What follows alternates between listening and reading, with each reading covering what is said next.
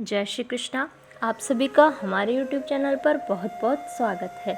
आज मैं आप सभी को बताऊंगी पाप मोचनी एकादशी की व्रत कथा। धर्मराज युधिष्ठिर बोले, हे जनार्दन, चैत्र मास के कृष्ण पक्ष की एकादशी का क्या नाम है तथा उसकी विधि क्या है? कृपा करके आप मुझे बताइए। श्री भगवान बोले, हे राजन, चैत्र मास के कृष्ण पक्ष की एकादशी का नाम पाप मोचनी एकादशी है।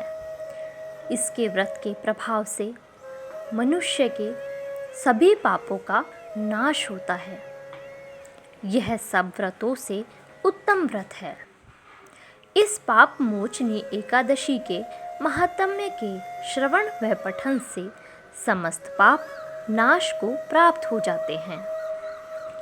एक समय देवर्षि नारद जी ने जगत पिता ब्रह्मा जी से कहा, महाराज, आप मुझसे चैत्र मास के कृष्ण पक्ष की एकादशी विधान कहिए। ब्रह्मा जी कहने लगे कि हे नारद, चैत्र मास की कृष्ण पक्ष की एकादशी पाप मोचनी एकादशी के रूप में मनाई जाती है। इस दिन भगवान विष्णु का पूजन किया जाता है। इसकी कथा के अनुसार प्राचीन समय में चित्ररथ नामक एक रमणीक वन था। इस वन में देवराज इंद्र गंधर्व कन्याओं तथा देवताओं सहित स्वच्छंद विहार करते थे। एक बार मेधावी नामक ऋषि भी वहाँ पर तपस्या कर रहे थे।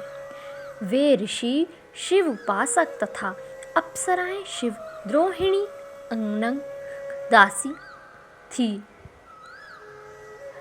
एक बार कामदेव ने मुनि का तप भंग करने के लिए उनके पास मंजू घोषा नामक अप्सरा को भेजा।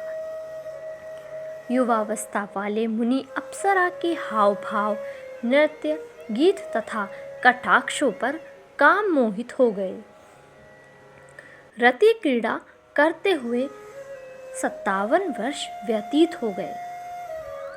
एक दिन मंजू घोषा ने देवलोक जाने की आज्ञा मांगी।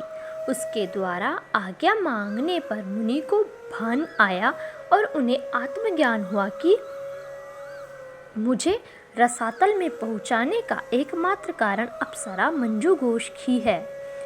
क्रोधित होकर उन्होंने मंजू घोषा को पिशाचनी होने का श्राप दे दिया।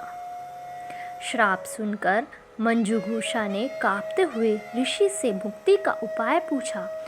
तब मुनिश्री ने पापमोचनी एकादशी का व्रत रखने को कहा और अप्सरा को मुक्ति का उपाय बताकर पिता च्युयन के आश्रम में चले गए।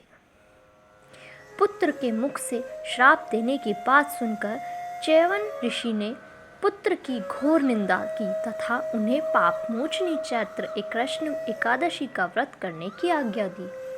व्रत के प्रभाव से मंजू घोष अप्सरा पिशाचनी देह से मुक्त होकर देवलोक चली गई।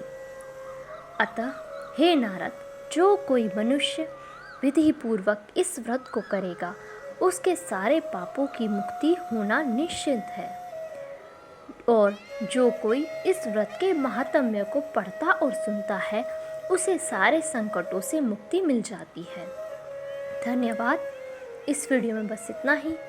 प्लीज़ आप मेरी वीडियो को लाइक कीजिए, शेयर कीजिए और मेरे चैनल को सब्सक्राइब कीजिए। बेल आइकन ज़रूर दबा लीजिए जिससे आगे आने वाली वीडियोस की नोटिफिकेशन आपको मिल जाए। और कमेंट सेक्शन में जय श्री कृष्णा लिखना ना भूलें।